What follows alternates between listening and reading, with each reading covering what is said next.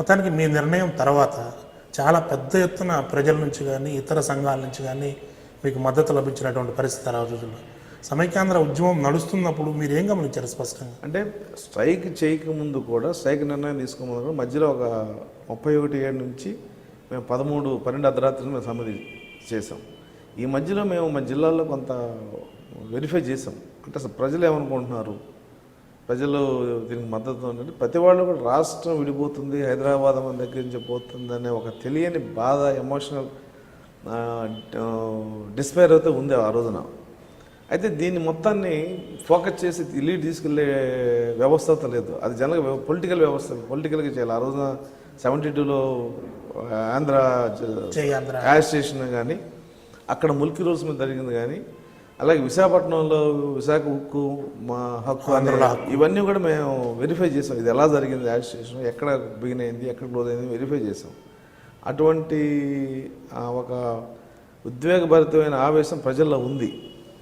అది ఎంతవరకు బయటకు వస్తుంది, ఎంతకాలం నిలబడుతుంది అనేది టైం టెస్టింగ్ ఇదే తప్ప మన దగ్గర ఉన్న రికార్డు కానీ లేకపోతే మనకున్న అనుభవం కానీ. ఎందుకంటే మేము ఫీల్డ్లోకి వచ్చిన తర్వాత ఇంత పెద్ద ఎత్తున ఉద్యమాలు కానీ 86లో చేసాం. అప్పుడు మేమంతా జూనియర్స్. అది మా కోసం, మేము ఊరినే మా డిఏలు దీనికోసం చేసింది. కాబట్టి ఆ రోజున రాష్ట్రం విడిపోతే జరిగే నష్టాల కంటే మనం ఒక నెల రోజులో 2 నెలల్లో చేసిన సమ్మె అనేది పెద్ద జరిగే నష్టం పెద్ద సమస్య కాదు. రాష్ట్రం పూర్తిగా నష్టపోతుంది.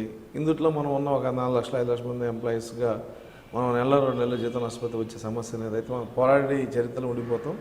మొత్తం ఎన్ని రోజులు చేశారు సార్ స్ట్రైక్? 66 డేస్ చేసాం.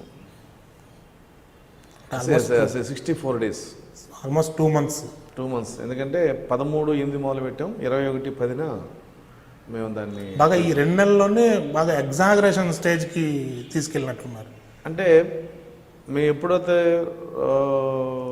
సమ్మె రోడ్డు మీద వచ్చామో మాకు బలం చేకూర్చింది ఫస్ట్ ఆర్టీసీ బస్సులు ఆగిపోయినాయి, తర్వాత గవర్నమెంట్ స్కూల్స్ ఆగిపోయినాయి, తర్వాత మా గవర్నమెంట్ ఆఫీసులు ఏదో 1-2 క్యాడర్లు తప్ప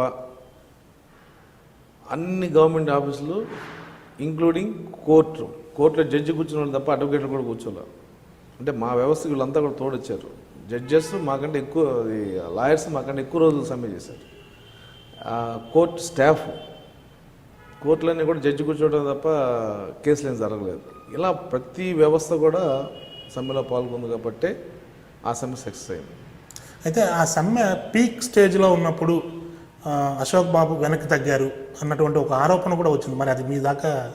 పీక్ స్టేజ్ అంటే ఇప్పుడు మనం పెద్దలు వచ్చినప్పుడు తల వంచుకుంటే మన మీద తల వెళ్ళిపోతే మళ్ళీ మనం ముందుకెళ్తాం.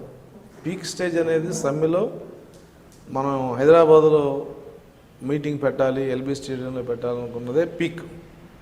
తర్వాతే మా రొటీన్గా జరిగిన మా కార్యక్రమాలు జరిగింది. అయితే కేంద్ర ప్రభుత్వం ఎప్పుడైతే దీన్ని క్యాబినెట్ దాకా తీసుకెళ్ళిందో, క్యాబినెట్ అప్రూవ్ అయిన తర్వాత బిల్లుకు తీసుకెళ్లాల్సి వచ్చిందో, ఇంకా తర్వాత మనం ఏం చేసిన సుఖం లేదు. ఇంకా పార్లమెంట్లోనే దాన్ని తాడోపడి తెలుసుకోవాలి. సో ఆ గ్యాప్ ఏదవుతుందో అక్టోబర్ నుంచి డిసెంబర్ దాకా, మళ్ళీ ఫిబ్రవరి దాకా, ఆ గ్యాప్లో మన రోడ్డు మీద కూడా చేసేది ఏం లేదు. అంటే అప్పుడు ఏదో మీకు ఎలక్ట్రిసిటీ ఎంప్లాయీస్ పవర్ గ్రిడ్ ఆపేద్దామంటే లేదు, అట్లా ఆపడానికి వీల్లేదు అని రాష్ట్ర ప్రభుత్వం మీ మీద ఒత్తిడి తేవడం, దాని ద్వారా వెనక్కి తగ్గారు అశోక్ బాబు? లేదు. దానివల్ల ఏమవుతుందంటే విజయనగరంలో కర్ఫ్యూ పెట్టినప్పుడు 144 పెట్టినప్పుడు విజయనగరంలో కొన్ని ఏరియాస్ ఏదైతే ఉందో అక్కడ పవర్ పోయింది. 5 పవర్స్ ఎంప్లాయీస్ స్ట్రైక్ ఇచ్చినప్పుడు వాళ్ళు చాలా సఫర్ అయ్యారు. అదే పబ్లిక్. హాస్పిటల్లో పవర్ కూడా లేదు. ఎక్కడ కూడా ఒక్కడ కూడా పవర్ పోయింది, నష్టపోతున్నాం, పవర్ ఉండాలని ఎవరు అడగల. ఆ రోజు విజయనగరంలో జరిగిన ఒక 10-15 రోజుల యుద్ధం, పబ్లిక్ను రూలింగ్ పార్టీ నాయకులు జరిగిన యుద్ధం అనేది అది అసలు ఈ రాష్ట్రం మొత్తానికి ఆదర్శంగా నిలబడుతుంది.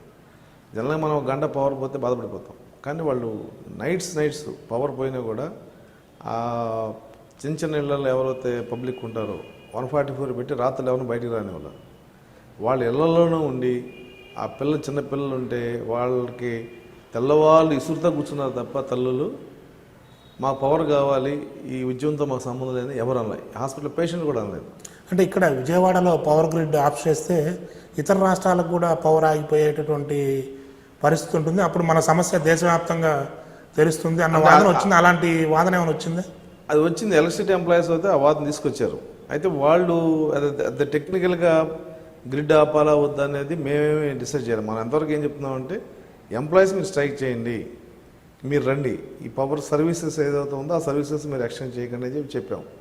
అలాగే హాస్పిటల్స్లో ఎమర్జెన్సీ సర్వీసెస్ నర్సెస్ కొంతమంది ఉన్నారు, ఆపరేషన్ థియేటర్లో, తర్వాత క్యాజువాలిటీ వాళ్ళనైతే మేము సమ్మె చేయమని చెప్పాలి. ఎందుకంటే మన ప్రజలను మనం కష్టపెట్టుకోవాల్సిన అవసరం లేదు సమ్మె ద్వారా.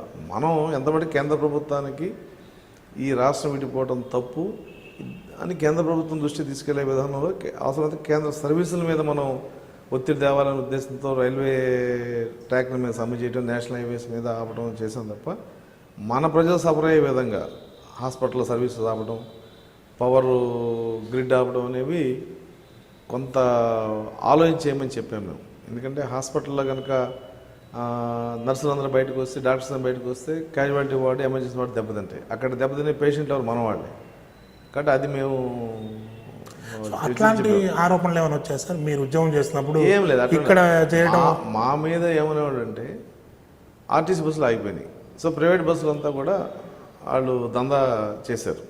మేము ప్రైవేట్ బస్సు ఓనర్స్ కూడా అడిగాము, ఏమయ్యా మేము ఆర్టీసీ ఆపింది రాష్ట్రం విడిపోకుండా ఉంటాకి, ఇప్పుడు మీరు కనుక దందా వసూలు చేస్తారు, రేపు రాష్ట్రం విడిపోతే తెలంగాణ మీకు వేరే రాష్ట్రం ఉంది, అక్కడికి వెళ్ళాలంటే మీకు పర్మిట్ కావాలి, ఆ రకంగా మీరు నష్టపోతారు. కాబట్టి మీరు దయచేసి ఆర్టీసీ ఛార్జెస్ ఏమైనా అయ్యే వసూలు చేయండి తప్ప మీరు ఎక్స్ట్రా వసూలు చేద్దాను. కొంతమంది మాకు కోఆపరేట్ చేశారు. కొంతమంది ఇక వ్యాపారదారులు ఉన్నవాడు రాష్ట్రంలో పోతే నాకు ఎందుకు వ్యవస్థ పోతే నాకు ఉన్నవాడు దందా చేశారు.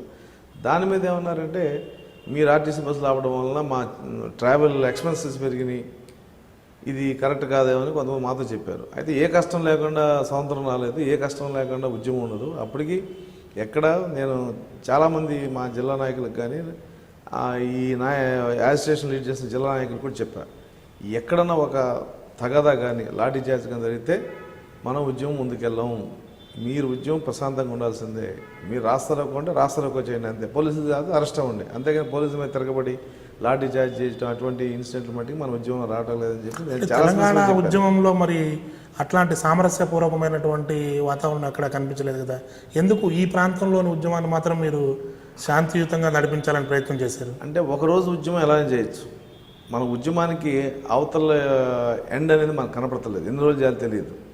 కాబట్టి మనం ఒకరోజే మొత్తం ఎనర్జీ అంతా వాడితే 2 రోజు 3 రోజులు ప్రజలు అలసిపోతారు.